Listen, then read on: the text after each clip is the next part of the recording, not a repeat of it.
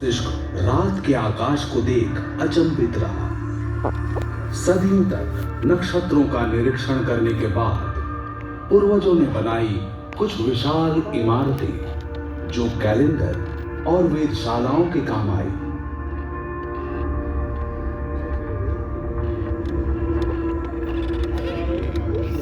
England में लगभग 4000 साल पहले निर्मित स्टोनहेंज संभवतः अंग्रेजों की वेधशाला ही थी। प्राचीन माया सभ्यता द्वारा लगभग 1000 ईस्वी में निर्मित इस पिरामिड से नक्षत्रों और समय की गति का अध्ययन होता था।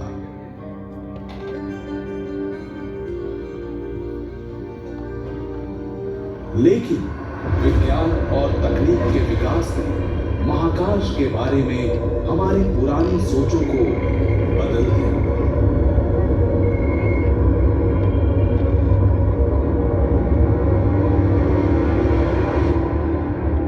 चलिए आज के समय की शुरुआत हम कोलकाता के क्षितिज पर हो रहे सूर्यास्त से करते हैं। संध्या काल का आकाश हमें संकेत देता है आने वाले अंधकार का।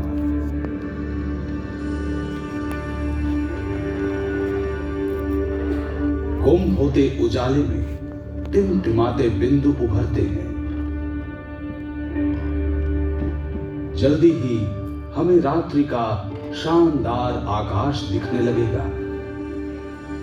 महाकाश के एक कोने में खड़े होकर हम नक्षत्रों से भरे असीम आसमान को देखते हैं, मानो ये हमें आमंत्रित कर रहा हो।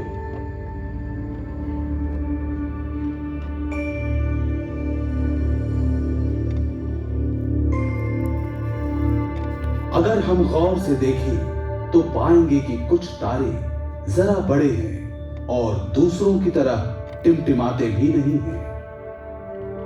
सदियों पहले हमारे पूर्वजों ने देखा कि ये तारे एक वक्राकार पथ में आगे बढ़ते रहते हैं। हर रात, महीने दर महीने। प्राचीन ग्रीक पर्यवेक्षकों की नजर में ये थे घूमने वाले गतिशील ग्रह।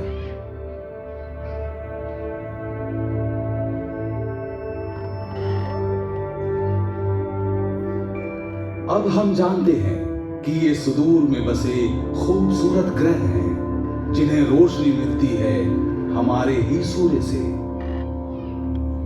जैसे जैसे समय गुजरता है पूरा आसमान पूर्व से पश्चिम की ओर बढ़ता है, लेकिन ये आसमान नहीं घूमता, बल्कि हमारी धरती पश्चिम से पूर्व की दिशा में परिभ्रमण करती है।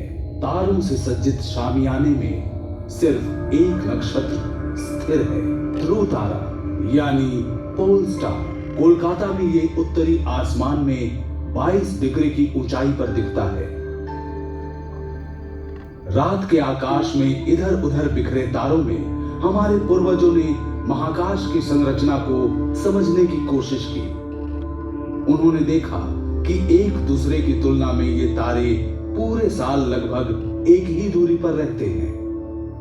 आसमान में एक दिशा सूचक सा बनाने के लिए उन्होंने नजदीक स्थित तारों के समूह को लेकर 88 संरचनाएं बनाई और उन्हें काल्पनिक रेखाओं से जोड़ा।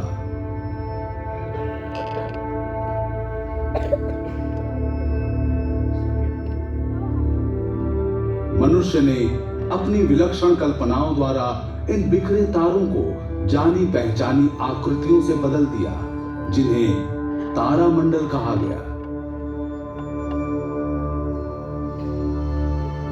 ये प्राचीन नक्शे सदियों तक मानव को दिशा ज्ञान, सामुद्रिक यात्राओं और समय काल के अध्ययन में मदद करते रहे।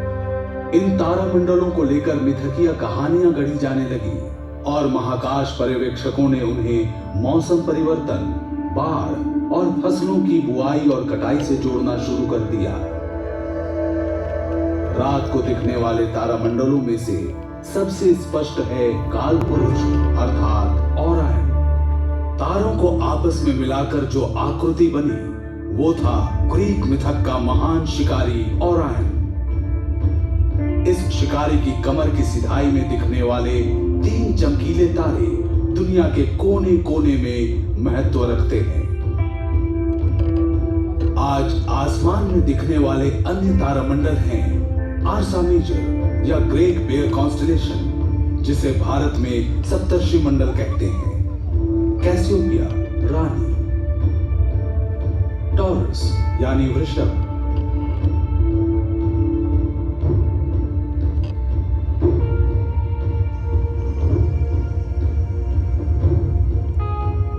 सिग्नस यानी हंस।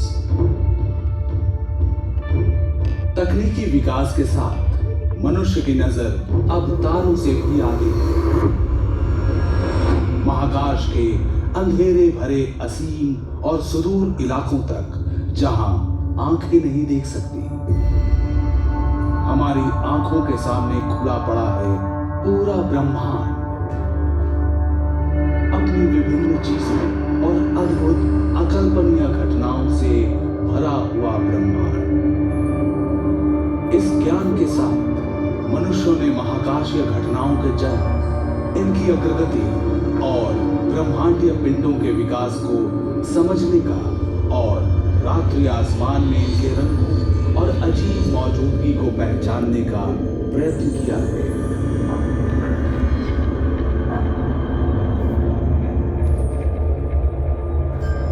चलिए अब हम चलते हैं अनगिनत विविधताओं से भरे हैरत अंगेज महाकाश में। देखते हैं असंख्य रंगों से भरपूर दृश्य, जो वास्तव में पूरे महाकाश का एक छोटा सा हिस्सा भर है। जीवन की संभावनाओं से भरे हमारे ब्रह्मांड की कहानी, द कॉस्मिक कोलिशन।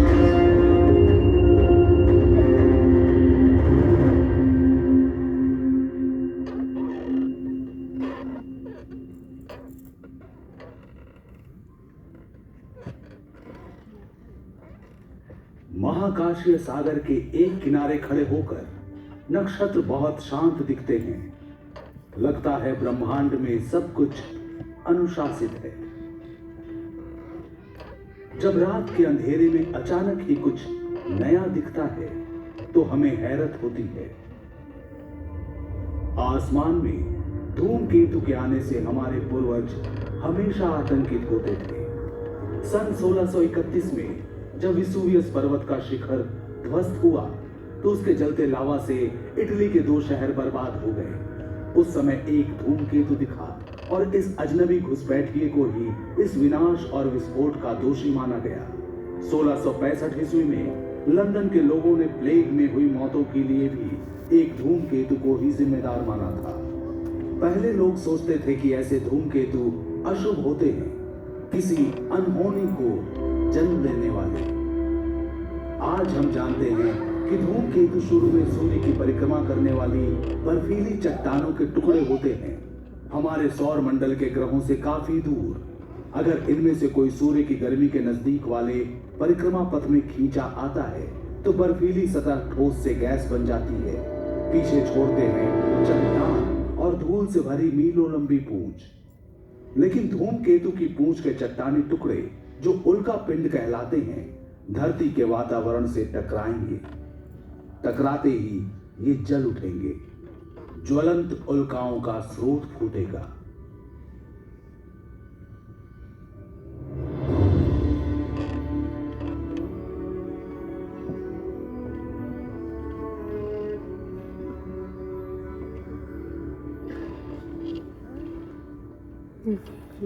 आजकल कभी कभी लगता है कि धरती पर स्थितियां बहुत ज्यादा और बहुत जल्द बदल रही हैं। बात सिर्फ धरती की नहीं, ब्रह्मांड में परिवर्तन ही शाश्वत है। नक्षत्र, ग्रह, अन्य निहारिकाएं भी हमेशा गतिशील हैं, हमेशा ही गुरुत्वाकर्षण के चिरस्थायी बल से बंधी हुई हैं। कभी कभी ये आपस में टकरा जाते हैं। ये खतरे की घंटी हो सकता है, लेकिन टक्कर दरअसल फायदेमंद हो सकती है और खूबसूरत भी।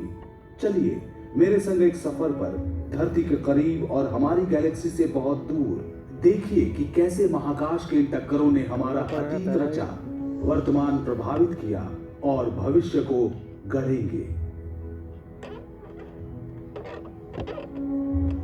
हमारे चंद्रमा के जन्म को लेकर कितने सारे सिद्धांत हैं। हाल में वैज्ञानिकों ने एक और सिद्धांत प्रतिपादित किया। समय काल में पीछे चलते हैं 4.5 अरब साल पहले अतीत में, जानते हैं कि उनके अनुसार क्या हुआ था।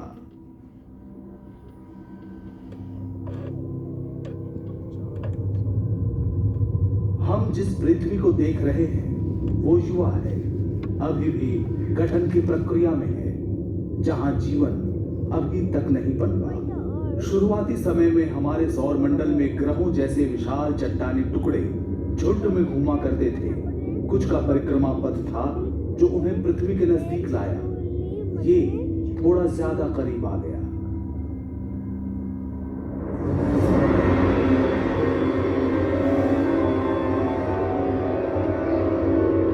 इस टक्कर से पृथ्वी लगभग नष्ट हो गई। अंतरिक्ष में फैला पिघला हुआ लावा, ज्यादातर लावा वापस विध्वस्त ग्रह पर गिरा।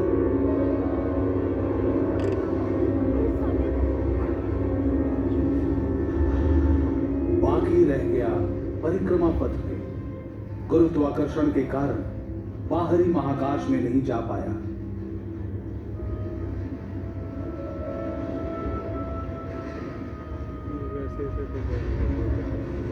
जब ये खुरदुरे चट्टान धरती के चारों ओर घूमने लगे, गुरुत्वाकर्षण ने इन्हें एक साथ किया। ये टकराते गए, जुड़ते गए, इनका आकार बड़ा होता गया।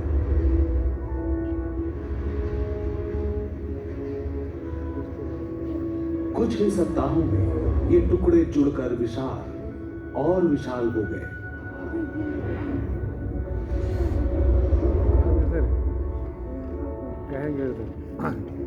गिरते रहे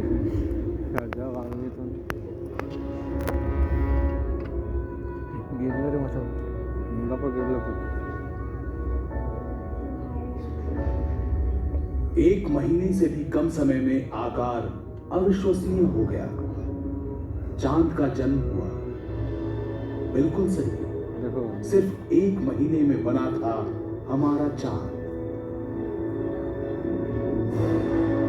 ये है आज का चंद्रमा। सोचकर अचरज होता है कि एक भयानक टक्कर के कारण आज रात का आसमान चांदनी बिखेरता है, लेकिन ये सच है। कारण हजारों थे, अलग अलग, लेकिन इन टक्करों से ही धरती पर जीवन पनप सका। आघात ने धरती की धुरी को झुका दिया, जिससे ऋतु परिवर्तन हुए।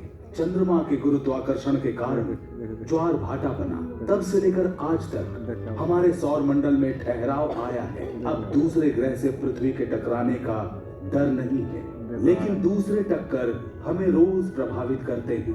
कुछ खास टक्करों में शामिल है हमारा सूर्य भी। फिक्र न करिए, इतनी जल्दी धरती जाकर सूरज से टकराने वाली नहीं है। हमारा परिक्रमा पथ नियंत्रित है और अरबों सालों तक ऐसा ही रहना चाहिए।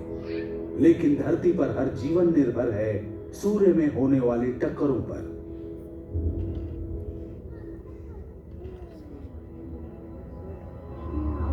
सूर्य एक नक्षत्र है, रात को दिखने वाले दूसरे तारों जैसा। बहुत पास है, इसलिए अलग दिखता है। एक बड़ा चमकीला सुनहरा पिंड, लेकिन सूर्य में कुछ भी सुहाना नहीं है। ये जो गहरे निशान देख रहे हैं सौर धब्बे हैं। प्रत्येक धब्बे का आकार पृथ्वी जितना। सौर धब्बे का रंग गहरा दिखता है क्योंकि सूरज पर यह सबसे ठंडे स्थान है। तापमान 4400 डिग्री सेंटीग्रेड। बाकी का सूर्य तो और भी गर्म है। दूसरे नक्षत्रों की तरह सूर्य की ऊर्जा भी सूक्ष्म कणों यानी प्रोटॉन के टकराव से निकलती है। हर सेकंड सूर्य में असंख्य प्रोटॉन टकराते और बुझते रहते हैं, जिससे असीमित परिमाण में ऊर्जा निकलती है। अधिकतर ऊर्जा सूर्य को प्रकाशवान बनाती है। इनमें से कुछ के कारण सूर्य की सतह पर चार्ज कणों की निरंतर धारा बहती है, जिसे सौर पवन कहते हैं, और जो करोड़ों मील प्रति घंटे की रफ्तार से सौर मंडल में निकलती है। या कम अंतराल और तीव्र गति वाली सौर आंधी जो कणों को महाकाश में उड़ा देती है। अभी हम नासा के उपग्रह द्वारा खींची गई सौर आंधी की सच्ची तस्वीरें देख रहे हैं। उसे स्थिर देखा। सौर आंधी का बादल उपग्रह से टकराया और चित्र लेने वाले उपकरण पर छा गया।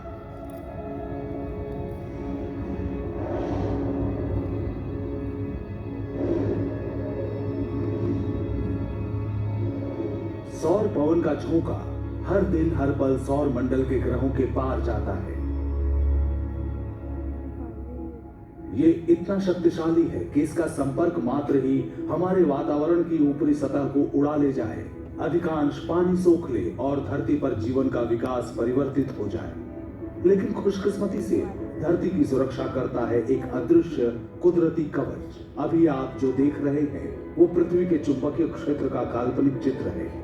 धरती के लौ अंतर्भाग के कारण हमारी धरती विशाल चुंबक की भांति काम करती है। कुछ चीजों को आकर्षित, कुछ को विकर्षित करती है। ये कवच सौर पवन से धरती को बचाता है, लेकिन कुछ कण इस चुंबकीय बाधा को पार कर जाते हैं और पहुंच जाते हैं उत्तरी तथा दक्षिणी ध्रुवों पर।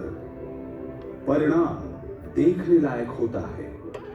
शानदार जगमगाते रंगीन पर्दे, इसे कहते हैं ध्रुवीय ज्योति। सौर पवन और सौर आंधी से निकले आवेशित कण जब धरती के ऊपरी वातावरण से टकराते हैं तब वातावरण में मौजूद गैस आलोकित हो उठते हैं। यह है इंटरनेशनल स्पेस स्टेशन जो 400 किलोमीटर की ऊंचाई से धरती की निचली कक्षा में परिक्रमा करता है। महाकाश में जाकर ध्रुवीय ज्योति को देखने वाले कम ही हैं।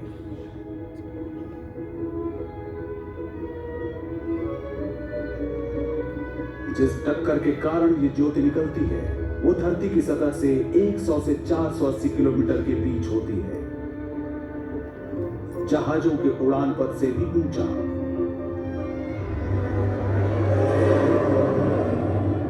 और होता है हमारी धरती का सबसे अनोखा प्रकाश उत्सव।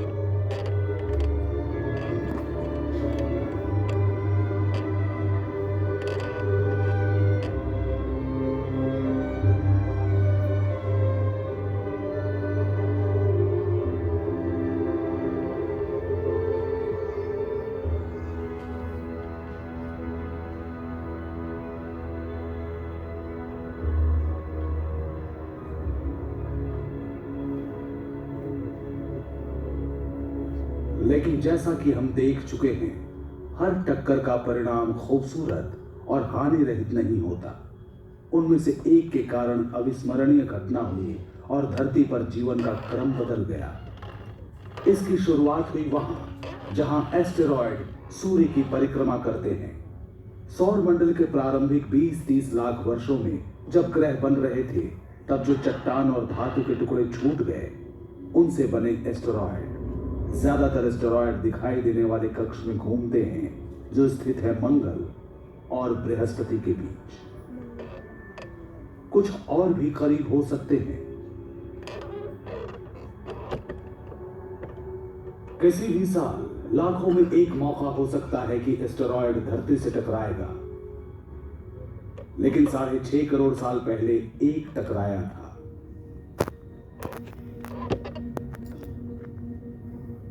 यह लगभग 12 किलोमीटर चौड़ा था, 65,000 किलोमीटर प्रति घंटे की रफ्तार से बढ़ रहा था सीधा पृथ्वी की ओर।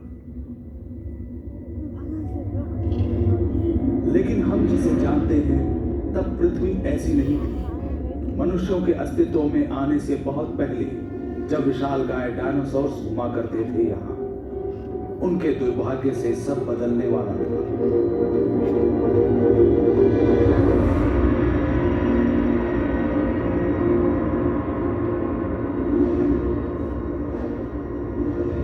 आज जहां मेक्सिको है, ये एस्टेरॉयड वहां टकराया, आग का गोला फूटा, जहां तक नजर जा सकती सब कुछ जलकर राख हो गया। धरती और चट्टानों के टुकड़े भाप बनकर अंतरिक्ष में उड़ गए।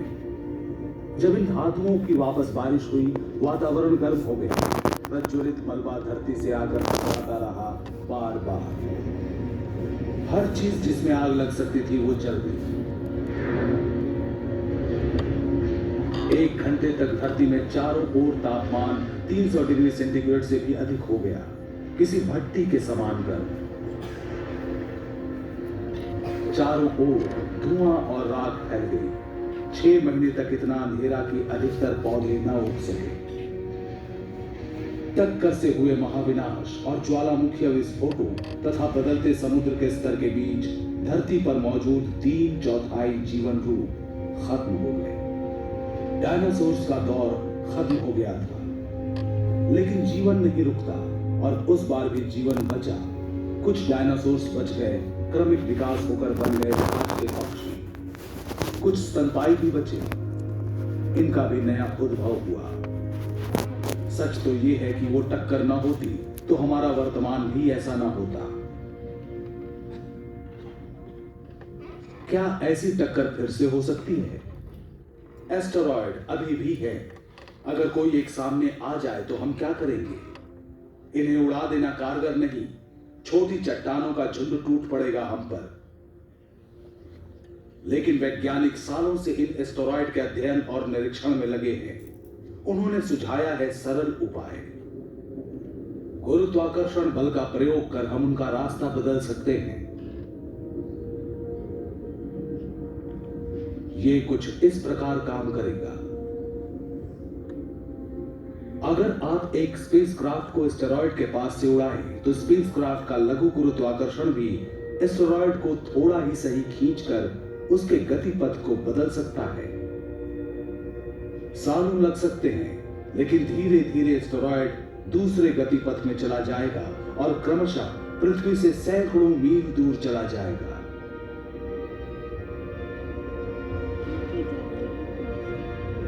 कुछ 100 मील की दूरी भी काफी नहीं है, लेकिन हमारी सुरक्षा के लिए पर्याप्त है।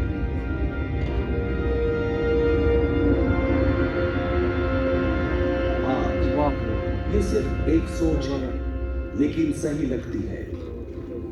वैज्ञानिक कहते हैं हमारे लिए यही सर्वश्रेष्ठ उपाय है। किसी दिन आप में से कोई एक और बेहतर उपाय सोच लेगा, जो महाकाश के इन अजूबों से धरती की सुरक्षा कर पाएगा।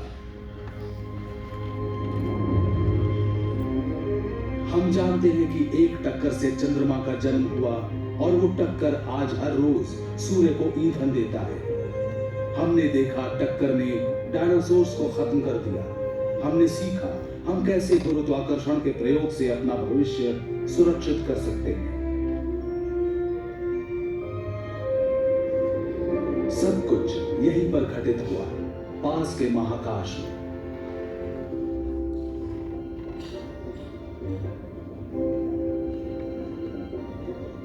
लेकिन बाकी ब्रह्मांड का क्या और भविष्य का क्या?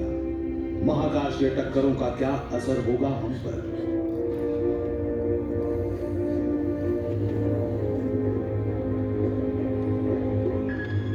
हम आकाश गंगा से आगे बढ़ते हैं, जो हमारे सौर मंडल का घर है।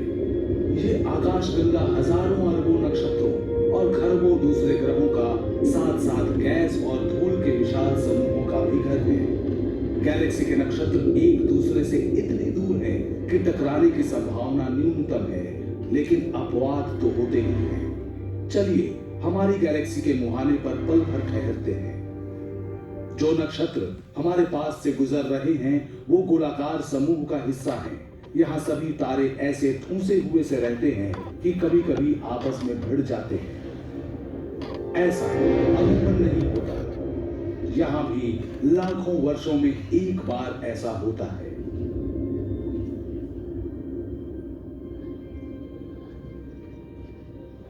चलिए हम आकाश गंगा से निकलते हैं और जल्दी से पूर्वालोकन करते हैं कि हमारी गैलेक्सी, हमारे ब्रह्मांड के भविष्य में क्या है।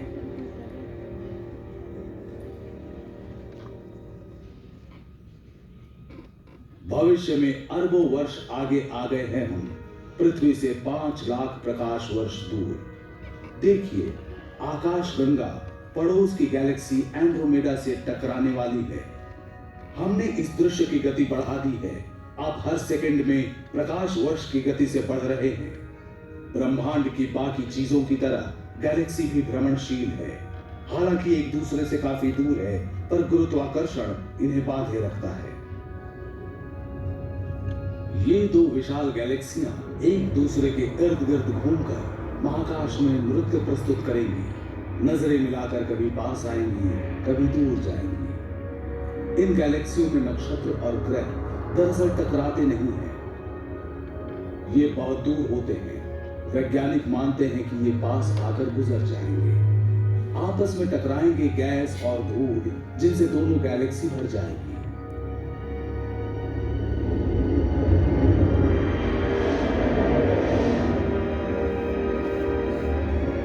और इन टक्करों के कारण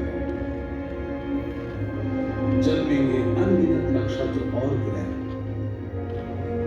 होगा ये कि आज से अरबों वर्ष बाद आकाशगंगा और एंड्रोमेडा मिलकर नई विशाल गैलेक्सी बन जाएंगी।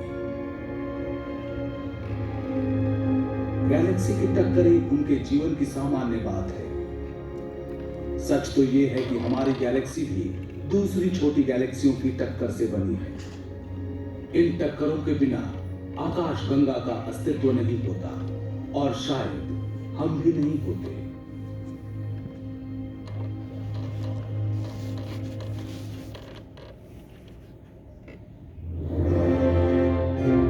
महाकाश की अचरज भरी चकाचौंध वाली टक्करों ने उन चीजों को बनाया जो हमें यूं ही मिल गई।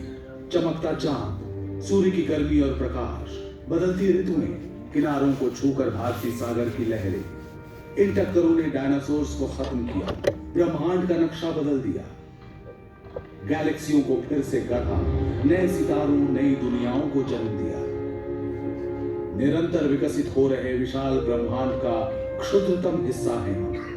कभी लगता है एक छोटे सफर के राही हैं हम, लेकिन हम खोज पर निकले हैं निरंतर बदलते ब्रह्मांड को समझने की कोशिश में।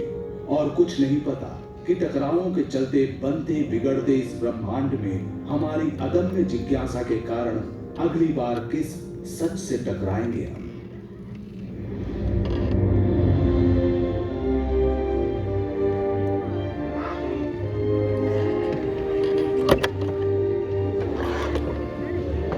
हो गलो हाँ हो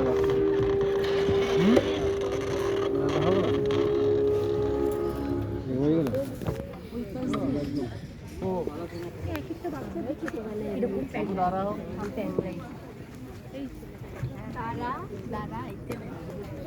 चले गाड़ी আমার মোবাইল চালু ये बोला आपका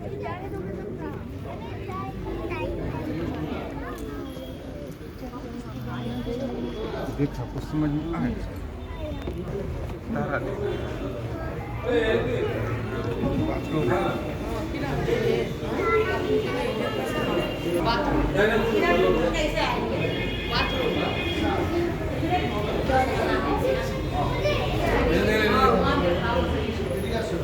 चल पूरा वीडियो आधा घंटा चला। अरे चलेंगे तो देखिए अच्छा मिनट हो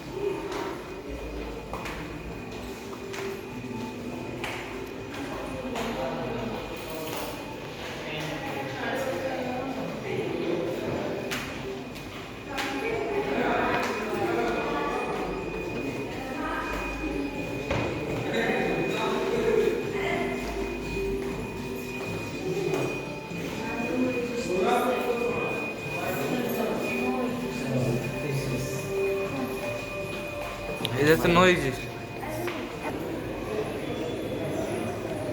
चल ऊपटी से वो चल।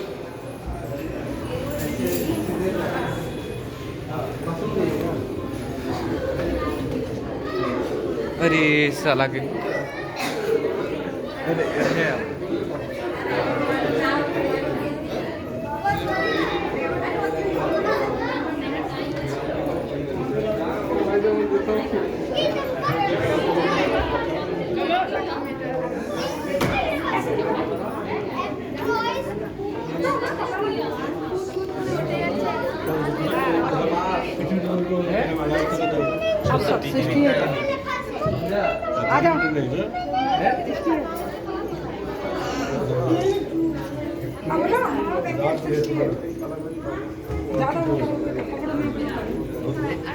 वीडियो ना